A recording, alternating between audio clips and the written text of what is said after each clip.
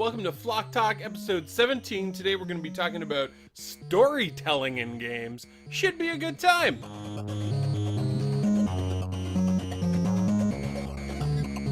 So today we're going to be talking about storytelling in games, but first we got some hot topics to cover. Hot topics. Good to have you back, Chris. Yay! Hey. I mean, not that Rocket did a terrible job or anything, but... yeah, we will again thank Rocket for stepping in super last minute and then also being awesome. Yeah, good for him. I mean, like, it's good to know that if Chris left, we would just have a replacement that was just as good. Yeah. Just as good. Just as good. Lots of people good. are like, Rocket should have his own podcast. But he doesn't. True enough. Kathryn, tell me about this thing you've been doing on your phone. It's so interesting. That's so forced. Has anyone been playing HQ Trivia? No, what's it stand for? Nobody knows.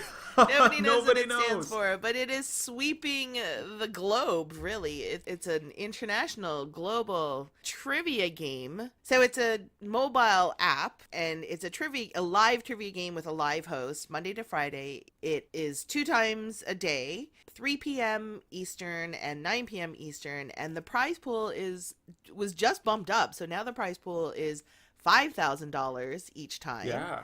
It's 12 multiple choice questions with just 3 options for each question. You have 10 seconds to answer from the time that the host starts reading the question. So it's actually not a lot of time. And I have panic picked the wrong answer when I knew the right answer just because of the time crunch. You can't Google the answer. You can't. It just to the question. It's really hard to cheat on it. And then you have to string together 12 correct answers to get your piece of the prize pool. So if 10 people make it all the way to the end, then they get $500. Kathryn, let's get down to the nitty gritty. Let's get the show on the road. Have you ever won? I have not. The closest I got was Q11 twice, but one was with a free life. So if you sign up, if you get someone to sign up and then they use your username as their referral code, mine is KSong3000 if anyone wants to use it, then you get... Jesus, wait a minute. I was like waiting for her to stop talking so I could throw mine in there. Okay, here's the thing. Yeah. You can choose who to give if you want to sign up and use a referral code, you can use mine, KSong3000, or Myles's. It's Milo the Great One. It's MILODAGREAT and the number 1. That name again is... KSong3000 is way easier. But is it as easy as Chris's? cgirardo. Girardo. cgirardo. Yeah, and we'll see. Give me those lives. We should have a contest and see after this episode goes out who gets the most extra life hearts. But it's cool because there's no ads on the thing. Yeah, and it's a big mystery, right? Like, where does this money come from? Because I think they're somehow partnered with NBC because we're at the Super Bowl. Yeah, NBC gave them a chunk of their Super Bowl slot. At the time, that was the biggest prize pool. It was like $20,000 or something. But since then, so one time I made it to Q11 using a free life, and then I got Q11 wrong, and it was very sad. But the other time I got to Q11 was the first time they decided to do a winner takes all for $25,000. And so they just kept asking questions until there was one person standing. And there was like some lucky, I think he's a school teacher actually. He won the $25,000. So that time that I got to Q11, it actually went to Q18. And now there's been like a little bit of controversy because they thought, oh, it's so popular, we'll try it again. And then the last time I think 2 people made it to the final question, but one of them was booted out for misconduct, which I think... Oh, yeah, I didn't hear that. I thought they just, like, lagged out or glitched No, out. so I was like, oh my god, because when it got to the final question, there were 2 people left. One person, it only registered one person, and they got the question wrong. Right. So I was like, oh my god, some poor sucker made it to, and it was question 27. Right. And I thought he timed out, but it was actually they were booted out because they were suspected of cheating or somehow proven that they were cheating. Okay.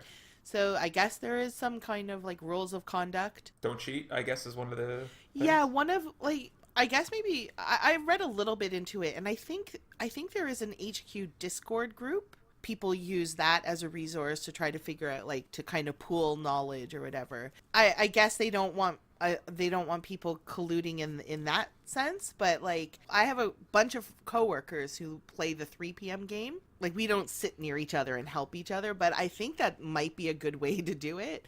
And I think they promote that too, like get your friends together. Yeah, you often see like videos on Twitter and stuff of people winning, and they're just sitting with like a group of friends, right? And Myles and I have the worst luck because when we play together and we don't know the answer, we're like, okay, you pick one and I'll pick the other, Right, and it's yeah, that's what always Nina and the I third do. one.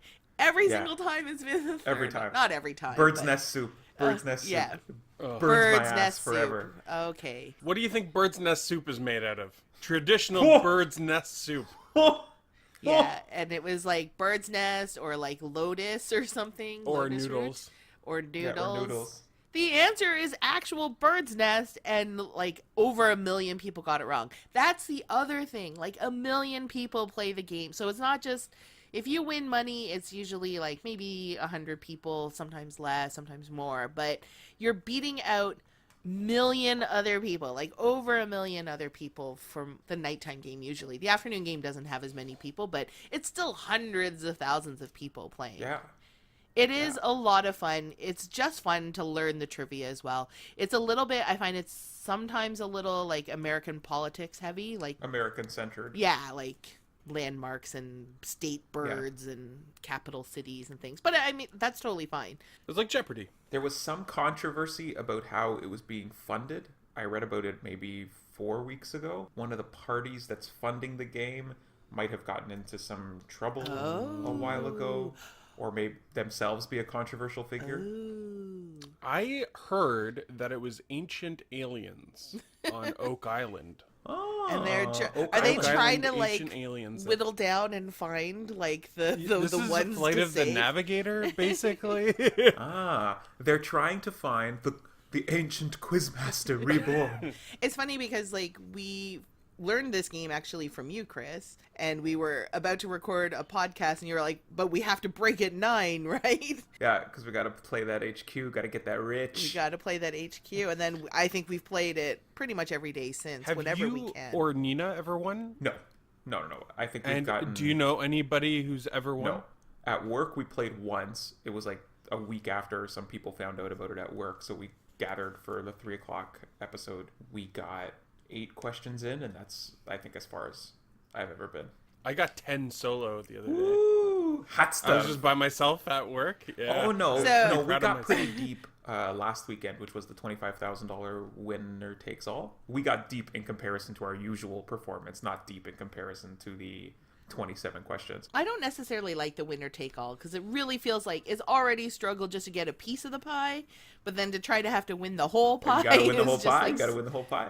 I so- like that they do something special for Sundays. It is something special. Yeah, so the Sunday game normally was $15,000 and you had to answer 15 questions, and then they've kind of been changing up the amount and how they play the game. I think it has some fun implications for the future of mass online gaming.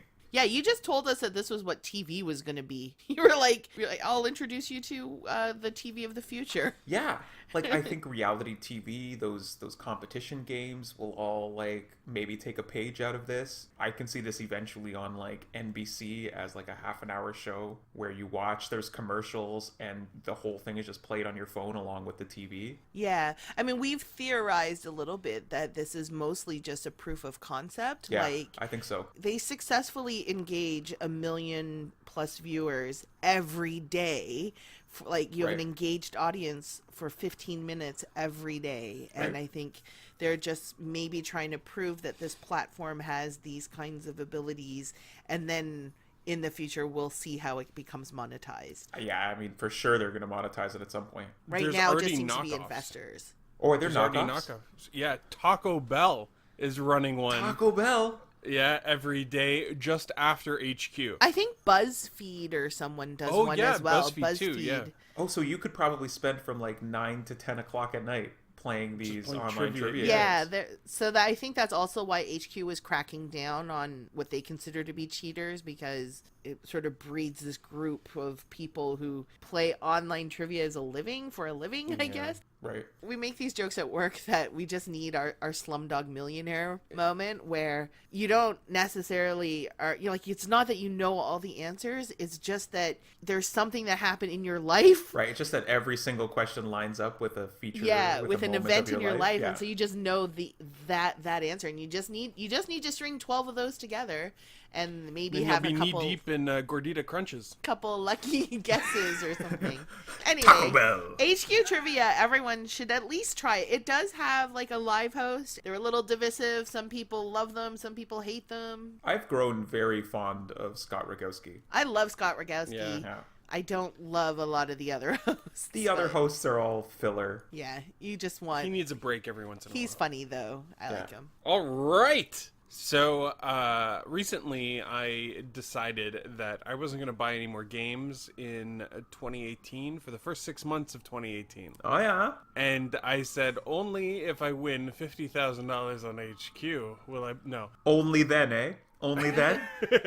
So I saw a deal I couldn't possibly pass up. Oh, And yeah? I had to pull the trigger and end the challenge for myself. So I bought a stack of Xbox games for $20 total, and it had some really great titles, like The Punisher was in there, The Warriors, Obscure, Cold Don't look Fear. at me. I have no clue. Let me ask you this question. Did you have to rip off a child to do it? No. It's Oh, not that's his. good. It wasn't his usual. Although I did ask him afterwards if he's got any more games. And Oh, wait a second. When I asked you how it went, you were like, "Oh, he looked really young."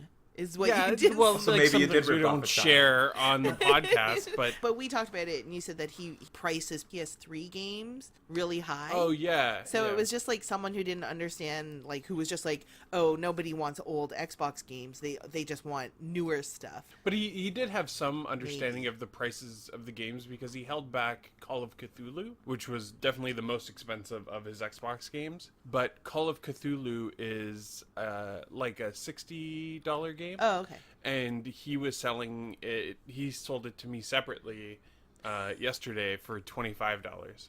So I still thought that was a pretty good deal. That's not bad. Okay. And I'm still on hiatus for buying games. That was its own separate thing. So I'm still going to go through with it and not buy You any felt games. really guilty, and I was just like, "Look, this was just an exercise to help you control your game spending. Like, it didn't just because you bought this lot of Xbox games didn't mean that the next day you went out and bought like every limited run game that you missed out Yeah. on or A whatever." Way Like, Out, which I've been dying to play. yeah, too. you've been hearing, "Oh, Way Out. I want to play it. I'll get it. I want to play it, so I could buy it." I try to enforce a gaming purchase moratorium once every month, and I just end up with Warhammer jet bikes and new board games. It can't be stopped. It can't be stopped. It can't be controlled. Like, are these new board games that come out, or are you kind of just, reading about board games and learning about games so that you discover new ones? Like, they're not necessarily new, but you read about them. No, I think I've got a good handle on all the old stuff that's out. Oh, okay. Like, I got a pretty good handle on the things that have come out maybe in the last 6-7 years. It's the new stuff. Something new comes out and I have to get it. Yeah, I think that's the hardest part, and it's probably the hardest part for Myles, which is why the big titles he pre-ordered, that was his loophole, right? Right. Was that And- before he started, he could pre-order things. Far Cry 5 comes out before this podcast does. Ooh, I'm excited about that one. But also with board games and kind of the Warhammer stuff, yeah, it can be out of stock for a long time. So, like, if I don't get the board game in the first print run, then maybe I have to wait 6 months before new stock comes in. So I really don't want to do that wait if I want it. Is that manufactured hype, do you think? They do low print runs of certain things. I don't think so. Because there's not a huge board game audience to begin with, I think that they're print running what they think will sell. Because actual retailers need to have these in stock, and retailers don't want to buy 100 if they can only sell 50. They don't, like, they actually have space. It's physical space, Yeah, right? it seems a little different Yeah.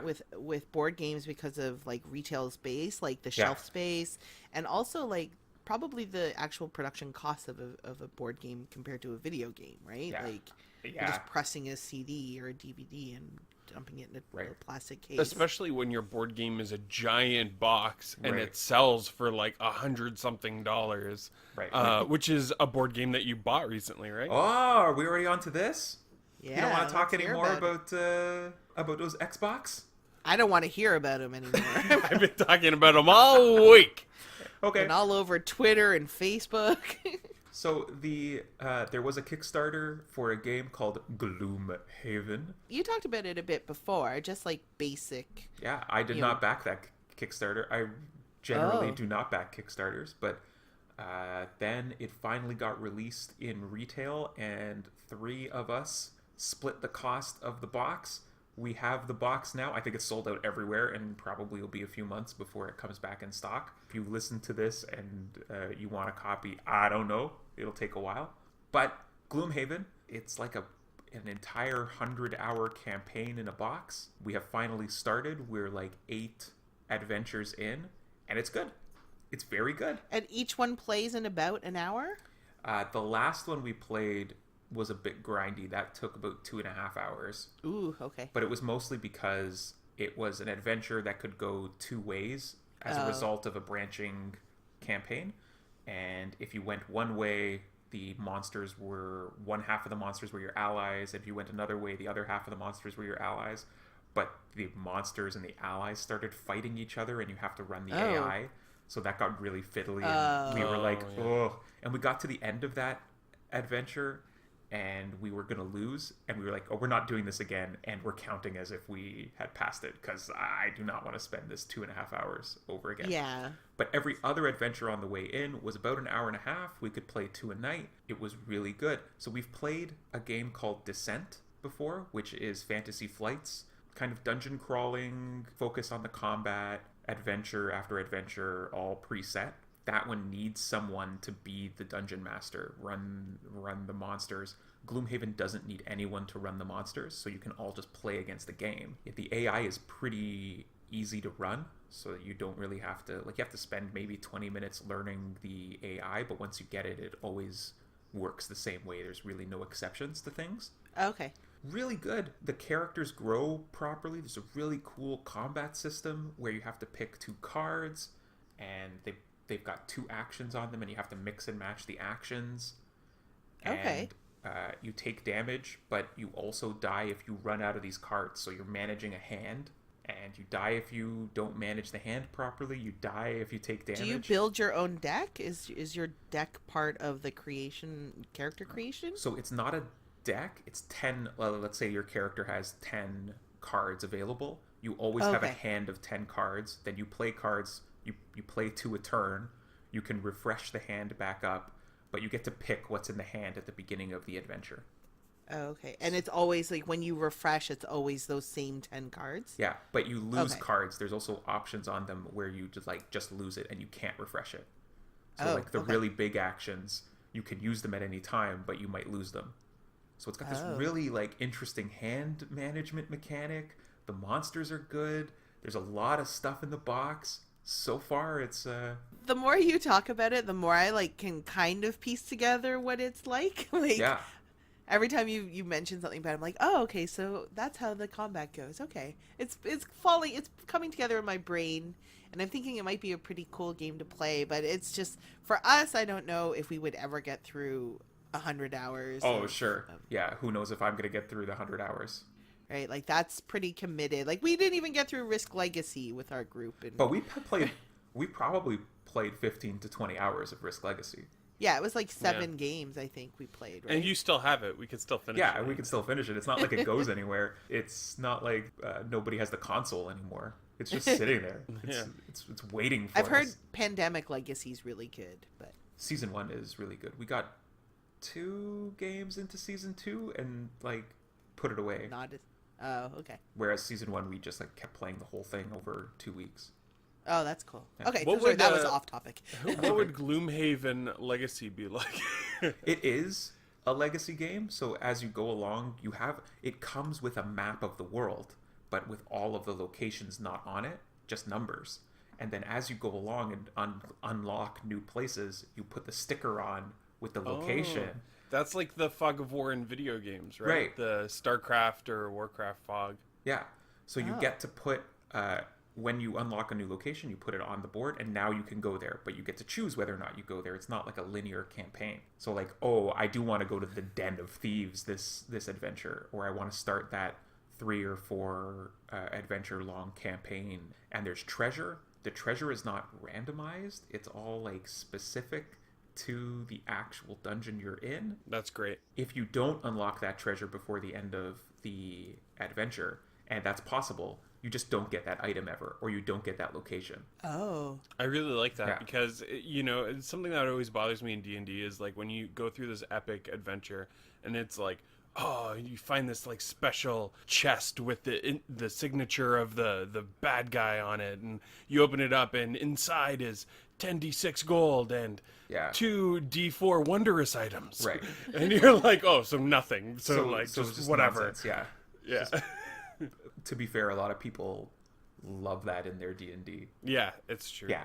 But like we found a chest, it had some far off in the ocean island that we just unlocked, and it was like, oh, whoa. And if we didn't unlock that chest, I don't know if down the road that chest gets repeated, but it's not like you can unlock that in every chest. There's a list at the back of the game, like this is chest number 35, find chest 35.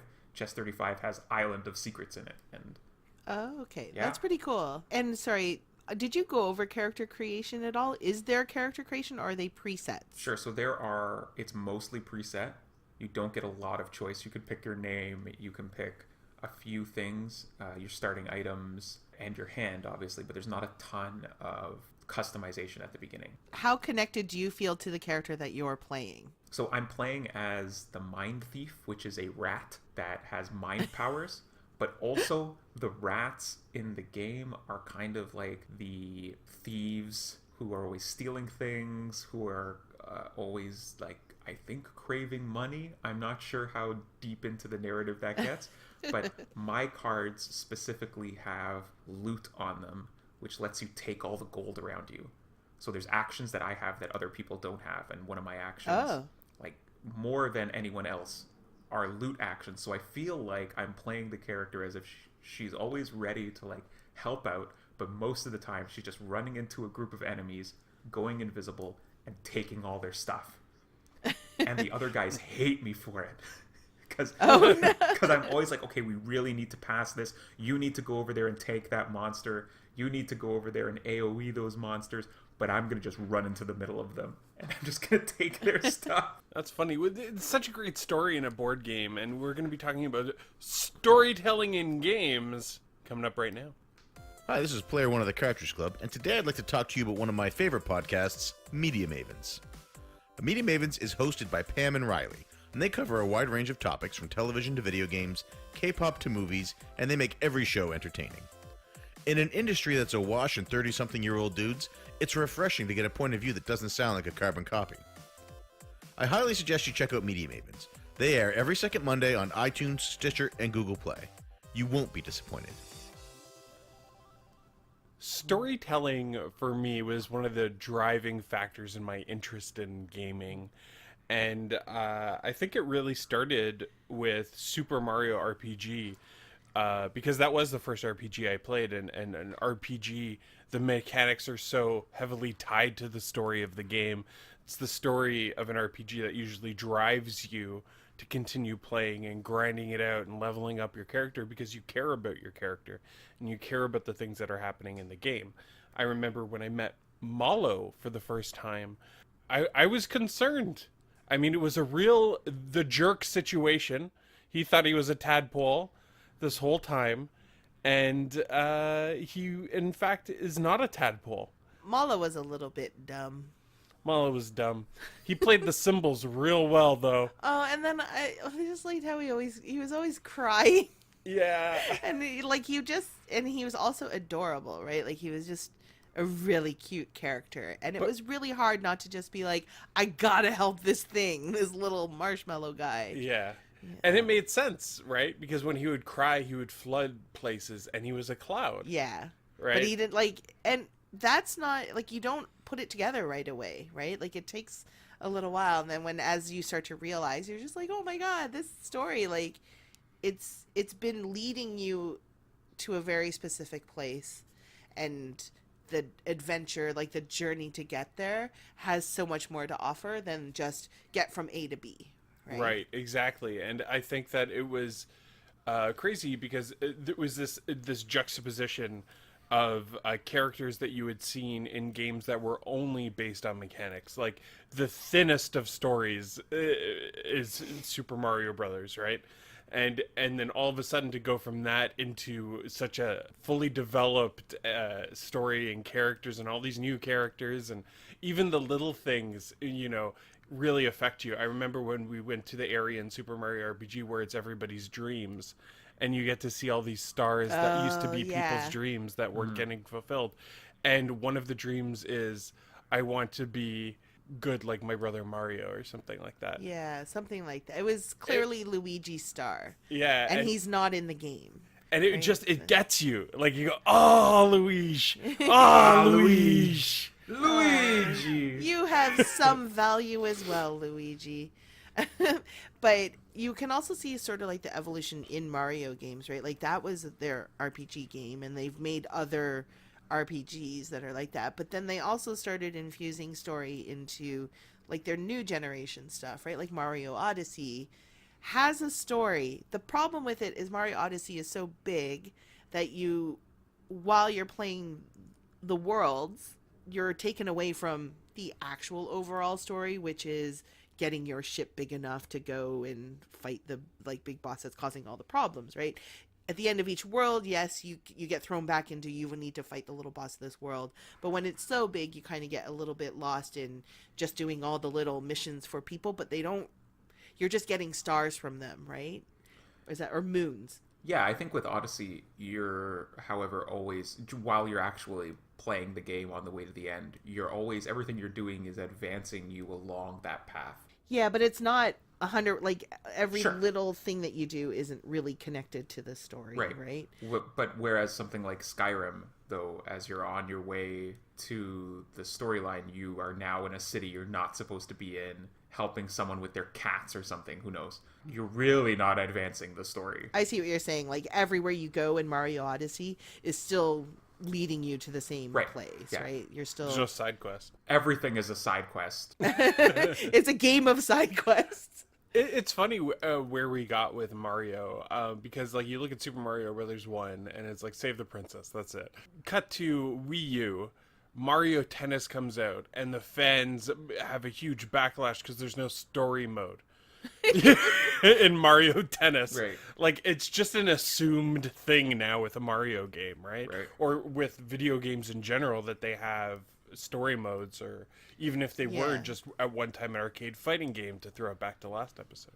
Yeah, it's true. I mean, I talk about the reason why I like Tekken over some of the other fighting games, and for me it was because I liked the stories that you could unlock for each character. It doesn't mean like other games had that, but for me, the way that the stories were told in Tekken somehow resonated with me, and I liked the characters. I liked seeing their backstories and kind of how they were all connected to each other, what sort of led them to the big Tekken...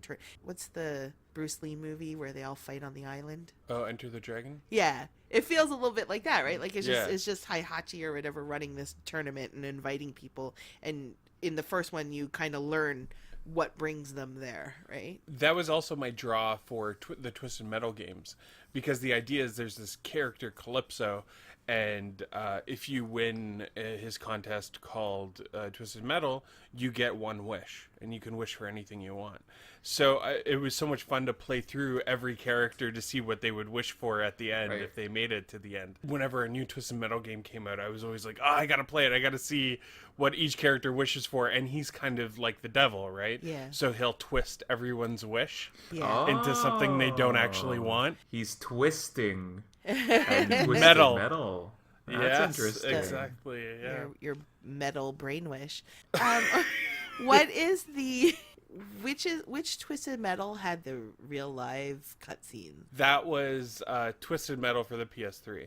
Because that one was dark and That one scary. switched it up a little bit, and that you can only play 3 characters, and you played them in order. I guess because they kind of invested in these basically little mini movies. Which is a throwback to the first Twisted Metal. What they actually had originally planned was full motion video, and it would look like Night Trap, because this was during the same time frame, so it would be like Night Trap or Mad Dog McCree. Really?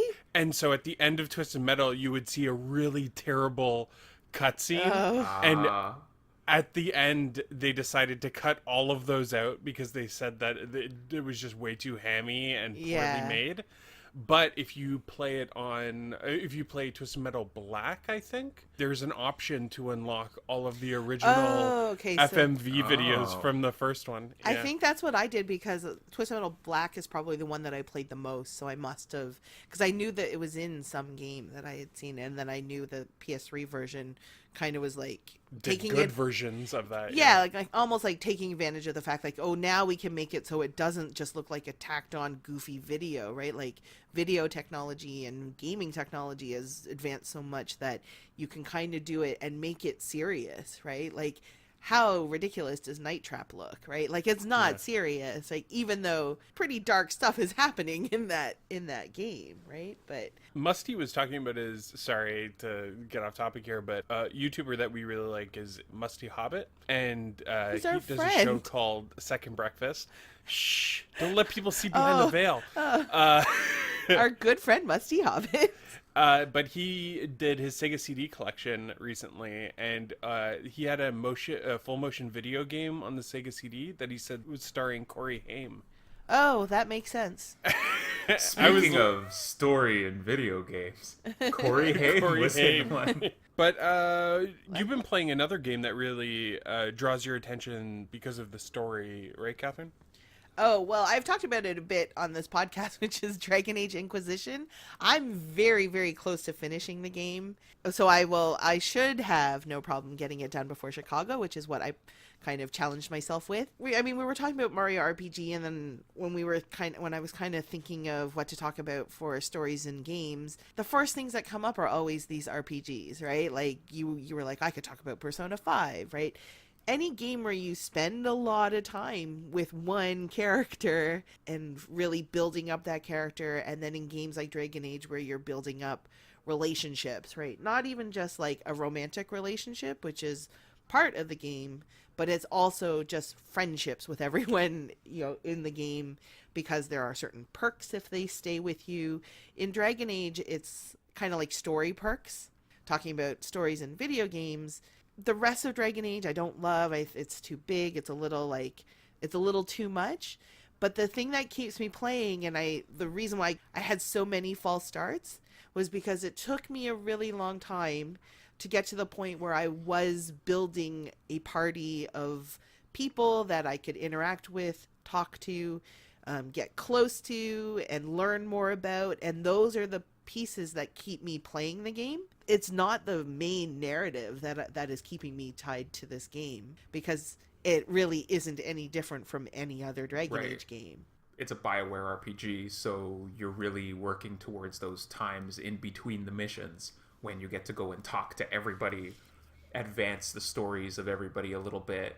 Yeah, and I think like what they do in Dragon Age Inquisition that I find a little bit frustrating is that the way that you trigger the cutscenes with your party members, and I think in Dragon Age there's like maybe 8 or 9 different party members that you recruit, you kind of gain their approval, and you do that based on decisions you make while playing the world stuff, the stuff in the world, right? But there is no way to know if you've gained enough approval, right? Right. So for me, because I don't want to miss those scenes, because they are the part that keeps me playing the game, I do so much in the world, right? Like I try to do all their side quests and stuff, and try to make decisions that they would approve of, so that when I go talk to them, it'll trigger their cutscenes. I did romance the first guy that I recruited, and it's part of the reason why, like, I got super into Dragon Age, because when I recruited the Grey Warden, Right. and this is going to be a story spoiler for anyone who may play Dragon Age Inquisition, but also you could completely miss this story, so maybe you've played Dragon Age Inquisition and didn't know that this happens. But if you are a female player and you romance the Grey Warden, that's the other thing, like, the characters are set up to have, like, certain gender preferences and race preferences.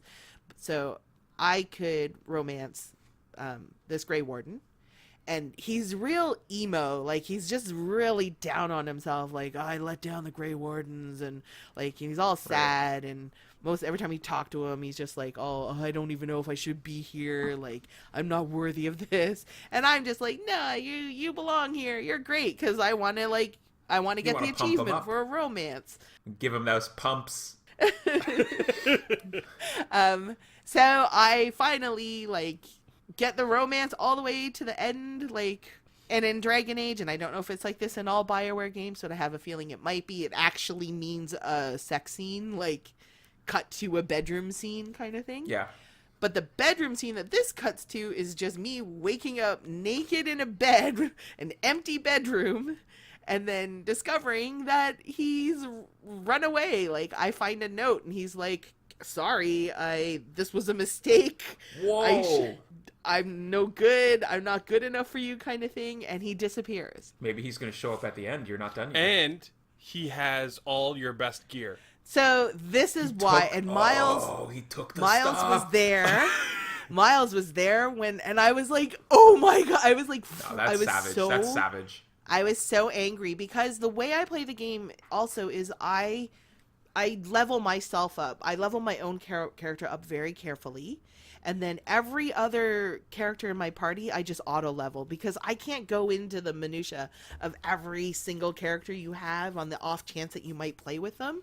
And so I only focus on 3 party characters that will fulfill the roles I need. So right. I have an off tank, a mage, and a rogue. Right. And I play a main tank, right? That's all I need.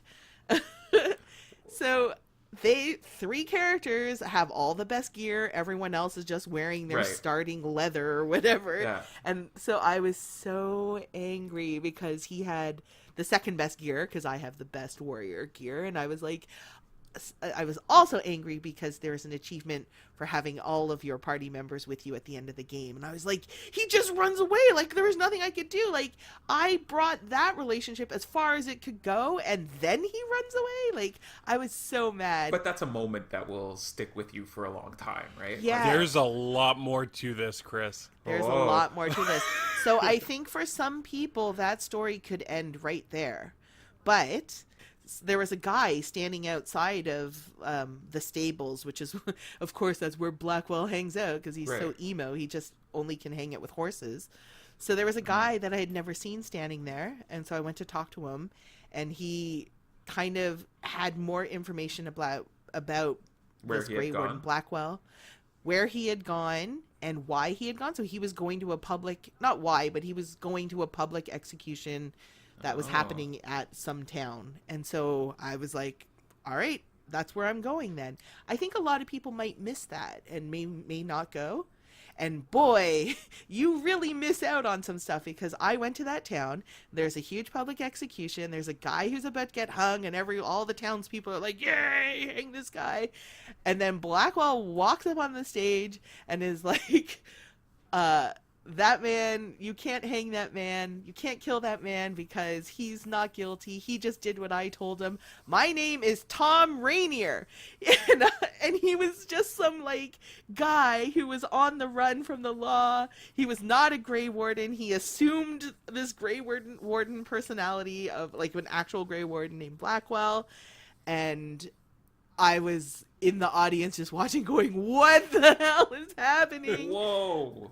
Still wearing all of your good gear. He's still got all my gear on. Like, stuff. it's just like a spit in the face. So that sparked, I won't go into all the details, but it turned into a way for me to bring him back. Right. which also made me feel really gross because I was like, Kathryn, was so angry with this guy, and like, I was like, you lied to me, you like let me get close to you, all this stuff. Like, I took it very, very personally, and then the way to get him back into your party so that I'll get the achievement is to basically forgive him, right? Essentially forgive him, and then you don't need to. Like, you can be like, fine, you can keep fighting with me and then someone else will deal with you later.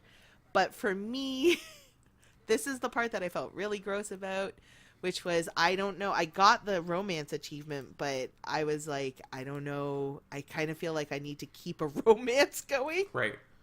And so my character, like, fully forgave him and was just like, I couldn't live without you. I had to, like, go save you, kind of all that garbage. So this is the real kicker, though, and I'm sorry I have to tell you this on a podcast of all places, but my real name isn't Myles. It's Tom Rainier. Oh my and God. I've been assuming the personality of Myles McInnes ever since he died in that tragic shark fight. And I never knew a thing. What I always find interesting about the kind of romance in BioWare is that you can't just drop someone and grab another person. Like, you kind of, once you start down a path, you're on that path. Some of that narrative stuff is closed off. And I appreciate that, like, I've made a choice and we're going to proceed down this path of the choice. And even if I end up with a story that I'm not too keen on, it was my choice at the beginning. And I don't get to just go back and see every single thing. Yeah, one of the bonuses of me having made this decision and keeping Blackwell in my party, and then also because he has the second best gear, being one of the people that I always fight with when I go out on, on the adventure, is that it triggers conversations with the other players, right? And they're just like, oh, so what should we be calling you? Or, like, man, that was pretty ballsy stuff, right? No, and like, you're out, you're adventuring, you're hanging out with your friends, and then your other friends are like asking, like, this weird guy that's still with them, and they're like, so what's your name again? What should I be calling you? But like, they're kind of passively aggressively talking to the other guy. Like, you can hear what they're saying, so they're like, so what's your name again? They just want to stir up the drama. Yeah, they just want you to... In fact, though, he doesn't make it any easier. Like, sometimes you'll see stuff going down, and he'll be like, sure glad I'm not actually a Grey Warden. Oh, yeah, right. I was like, and I'm playing just going, defend shut the up, world. Blackwell! And he's like, oh, it's this one time. Yeah, like, you're in the middle of fighting, and he's like, remember that jerk thing I did? Yeah, I'm such a jerk. Well, and it was because a bunch of Grey Wardens were dying, right? And being targeted, and he's like, man, I'm glad I'm not actually a Grey Warden. I'm like, that's the worst. I looked at Kathryn's face when he said that, and the grimace on her face. Oh, and one of the best parts about Dragon Age Inquisition is sometimes you'll have like that little cutscene after you fight. You've killed all these guys. Yeah. You've slain the bad guys, and then you have like an emotional heart-to-heart with just blood all over your face. Anyway, I have other stories about Dragon Age, but I cannot get into them because I get too worked up. Dragon Age kind of works. It's giving you're on its path, right? Like, that story is its story. But there's also the set of games where the story is kind of what you make of the game, which is what I guess Myles has been playing recently with Sea of Thieves. Yeah. Absolutely. I actually didn't even realize this storytelling had a name to it. Like, you were telling us earlier. Emergent storylines. Emergent story. Yeah, exactly. So Sea of Thieves was a game that a lot of people have been talking about. It was controversial because it was the first time a brand new game was added to the Game Pass library for Xbox. And so a lot of people tried it who normally wouldn't. It's important that a lot of people start playing this game immediately as soon as the game launches, because it gets better the more people that are playing it. Right. Like No Man's Sky, the major issue with the game is you'd fly around and see nobody, right? And this game, when you see a boat off in the distance, you get scared. To go back and talk about what Sea of Thieves actually is, it's a pirate game, open world MMO, where you don't necessarily level up your character or get better gear, but you level up your relationships with certain guilds that give you voyages, Right. and you get cosmetic upgrades to your gear and your ship. But the game doesn't have a story, and it doesn't have a tutorial. Like, as soon as you start playing Sea of Thieves, you're on an island, you see your boat. What do you do? Right. Like, there's no controls, nothing. You have to figure out everything on your own. You have to figure There out... are button prompts, though. So There that are helps. button prompts. Yeah, so like when you Sure. walk up to an anchor and it says A. press X to lift the anchor. Right. Yeah. Right? But you need to figure out how to sail a ship on your own. Yeah. Okay. And you have to do everything by set your sail length, set the angle of your sail. You have to Oh, wow. have a map, and your map is a huge map of the land that you can't hold yourself. You have to put it on your deck. So every time you want to see if you're going in the right direction, you have to go back to your map that's It's like on your the deck. navigator's table in a Oh. warship. Okay, right? but is this fun? Incredibly fun. Incredibly fun. Because I can imagine it would be fun if you sail. Chris, you would have a lot of fun playing The this. sailing simulator part of the game is so much fun, and that's 80% of the game. Yeah. I'm serious. Like, the way that the waves hit your boat and the way the water looks. It's gorgeous. The sky looks, it's beautiful.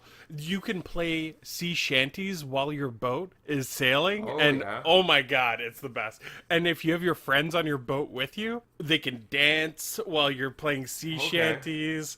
And I was dying laughing. You were playing with Jake, the McAxel from Polykill podcast. He would start playing his little accordion, and then he started like jumping around while the music was playing, and it just looked hilarious. I was laughing so hard. I was like, this game looks really fun.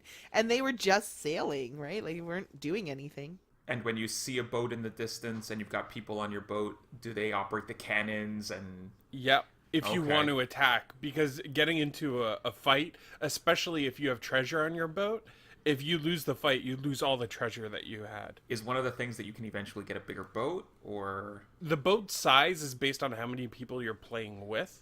Oh, So you get a okay. galleon if you're playing with the max group of 4 players. Oh, is that the Okay. only time? Like, you have to have all 4 Yeah, players? and then there's a medium boat for 3 players, Oh. and then you can use the medium boat for 2 players, or you can use the smallest boat for 2 players. And the smallest boat is super fast, and the galleon is hard to maneuver. You got it. Yeah. Because you need to be able to get away from a 4-player crew if you're playing solo or Right. with just one other person, because it's just unfair. At the time, I was like, when I heard about all these things, I was like, it's a shame that the max group is 4 people, because I'd love to play with like 8 or 10 of my friends Yeah. on Sea of Thieves all in the same ship. You quickly realize, as I did last night, that how unfair it is when you're 2 people versus 4 people. Oh yeah. That Okay, was so sad. last night I played until 2 in the morning. I was playing with Musty Hobbit, the YouTuber that we really like. Yeah, just that guy we know from YouTube. Twice a double mention.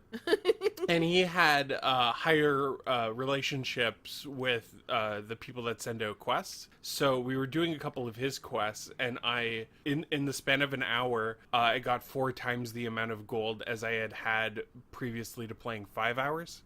Right. So I was like, this is awesome. And we felt like we were on top of the world. And we saw a skull cloud in the distance. And what that means is right under that skull cloud is a raid. And you can get in there and try to fight like a major skeleton pirate and get some big treasure. Right. So it's like a wave of enemies. You have to get through a certain number of waves, and then the boss will show up. Right. And then you try to kill the boss. But the problem, the way it's different from WoW is that when that happens, that raid is open to everybody in that instance. Right. So everybody can show up, and everyone starts fighting each other to see who gets a chance to Right. fight the boss and get the treasure. Because it's all PvP, right? Yes, exactly. So we were just fighting these skeletons for like an hour, and Musty and we were the only ones at this raid, and we had come up with a strategy where one of us would lure out a bunch of the skeleton bad guys at once, and the other person would stay by the ship and fire a cannon on land and kill like all the skeletons with multiple cannonballs. We get to like maybe the second last wave of skeletons when the galleon of 4 players shows up. Oh, brutal.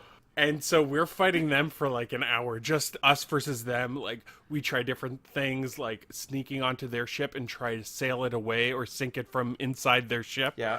And but it's just 4-on-2 is just tough. It's just really, really tough.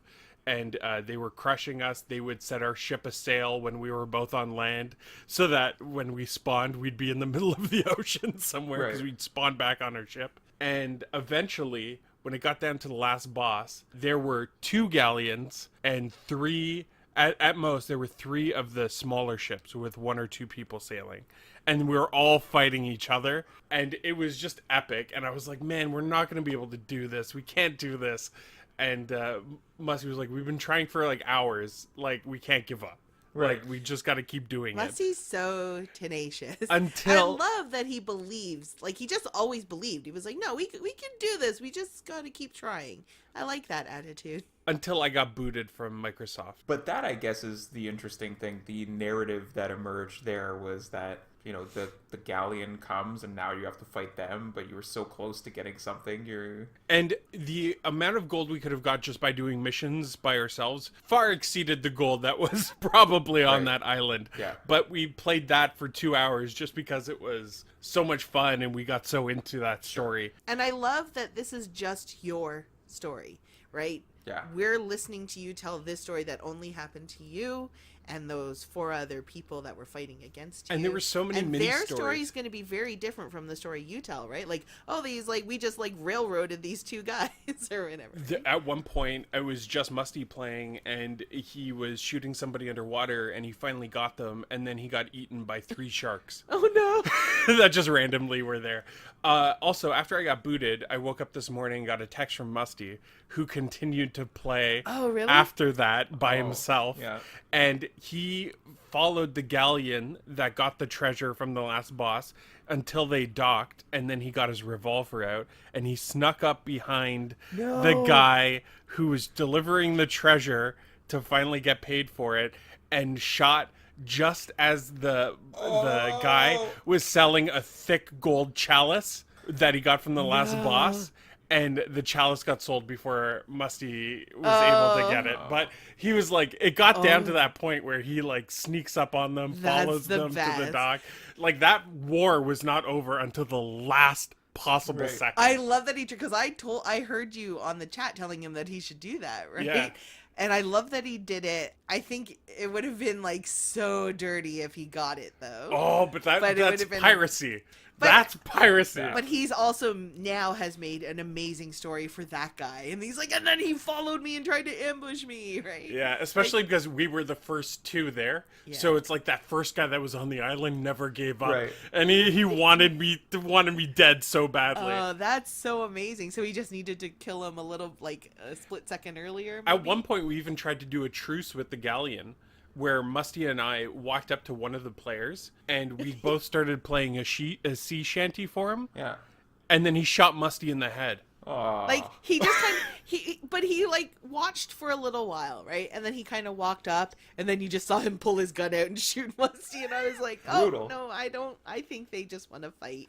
Yeah, but that's emergent storytelling. Right, and that's similar to Overwatch, right? Overwatch it's Team Fortress 2, you know, it's 6v6, but the more that you explore things and learn about characters, the more story that emerges from that, and you can choose to dive deeper into the story and watch like the videos, the little mini movies that they make, and read the web comics and stuff like that. But even if you don't do that, there's stuff that just in the world that if you see and look up and read, that gives a clue to who the characters are and the story and stuff like that. And on top of that, there's the whole story of the Overwatch League and the players that are associated with that and the drama associated with that. Man, right? there's serious drama going on there, but it's okay.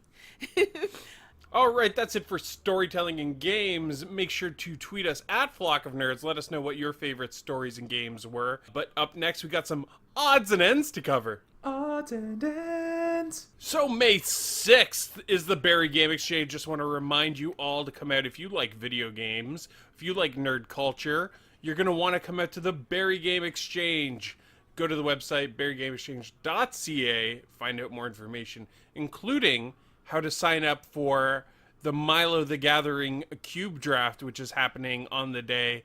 It's $5 to enter, $10 total. That gets you in also at 11 a.m., so an hour early, but that's to start the draft. So you're going to want to pay that $10. You're going to start the Cube Draft. It's going to be fully covered on Milo the Gathering. Do the people who pay the $10 to get into the Cube Draft early get to go to the booths and buy games? They do. Oh! However, the draft starts at 11 a.m., so they got to sit down and start drafting. Yeah, but you could pay the $10 drop and get a drop on everybody. It's the same price as the VIP, and they get in at the same time, right? So if you want to do that, then Just get buy the a VIP ticket. Yeah, but this is every single round you win, you get a pack of Dominaria, which is the newest Magic the Gathering set at the time. Look at you, Wow. prize support. And you'll have full commentary on your matches that'll be on Milo the Gathering. It should be a really good time. Let me ask you a question. How is your hot take? How is Dominaria? I mean, I haven't played it yet. There was a leak of 140 cards early, and I think it looks really good. I think it's a very different take on a Magic set. And What's the new thing about it? The new thing is legendary permanents and legendary sorceries and legendary everything. Legends and planeswalkers are a big deal in Dominaria. Okay. And, Sorry, this means nothing to most of the people listening. but it looks fun, and it looks like kind of a wacky limited format, and it's good for Commander, which a lot of people play. Also, Kathryn, you got a podcast coming up. It might be out. It might be coming out soon. It should be coming out soon. I will be on the Last of Us podcast, which is the CC Prime episode for March. They played The Last of Us. And that's your favorite game of all time. It is my number one favorite game. So I think that's why I signed up for it. Or I think you signed me up for it. But because your nemesis is going to also be on that podcast. he was not supposed to be on it. And I'm not pleased. But whatever. Well, here we are. Here we are. What can you do? Also, all three of us, plus P1 Sean from the Cartridge Club, did a podcast called Flock Talk RPG, and that's back, baby. Yes, we finished. So I think we've talked about it before, but the format of this show is small adventures, and we started with D&D, but it doesn't mean that future ones are going to be D&D. They're going to be different tabletop RPGs. But we finished up the D&D one with Sean sometime this month, like maybe like a week or so from now. Well, the third installment will be out, and then it's a 4-part series. So that last The following month, the finale. Yeah, and the story is great. I'm really happy with the way that adventure turned out. Yeah. Chris did an amazing job. I don't know if it's amazing, but it was good. It was good. It was a lot of fun, and it caught all of us off guard. So I think that there's a lot of like fun little twists and things. And Yeah, it definitely comes to a conclusion. It feels like there's a lot of document signing, a lot of contracts in the first half of the... Yeah. If you were turned off by the minutia of business and D&D, I think it comes together. Yeah, I think it does really well. I think you did a great job. Also, we still have a store on TeePublic. You can buy our t-shirts, you can buy our notebooks, our mugs, our Spaceballs the cereal, our Spaceballs the flamethrower. Buy our things. The money goes to us. Have you seen Spaceballs? yeah, it's been a while. The merchandising. Yeah. I just remember I'm half man, half dog. I'm my own best friend. That's one of my favorite lines. But that's it for this week. Just the link to the TeePublic store is always in the description of these shows. I always put them there. And if you bought a shirt already, tweet a pic, man. Let people know that how hot these shirts look. Yeah, thank you. Also, if you bought a shirt, thank you. Yeah, and if you bought one shirt, why not buy 4 more? There's 7 days in a week. You need a shirt for all of them. How are you going to look at work? Think about that. A well-dressed person will always get raises and promotions. Next up, CEO. All right. I don't think our t-shirts look as good as you guys think our t-shirts. No. That's unnecessary negativity. Oh. We need to create one with like the tie printed on the t-shirt, Yeah. and then And then I think we'll get a lot of buy-in. We can business people with the tie printed on, but then our birds on the tie. Oh, But it's all just part. We could do that. We figured this out. We're ready to go. We are ready to go. Thank you all so much for listening. For Chris and Kathryn, I'm Myles. Take care, everybody.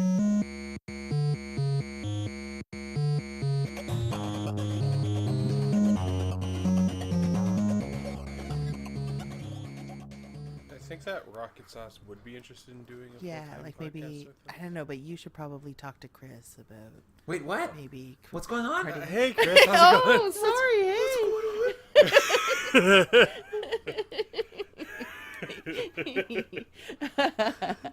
That was rude. That was some real rude stuff you guys were talking about there.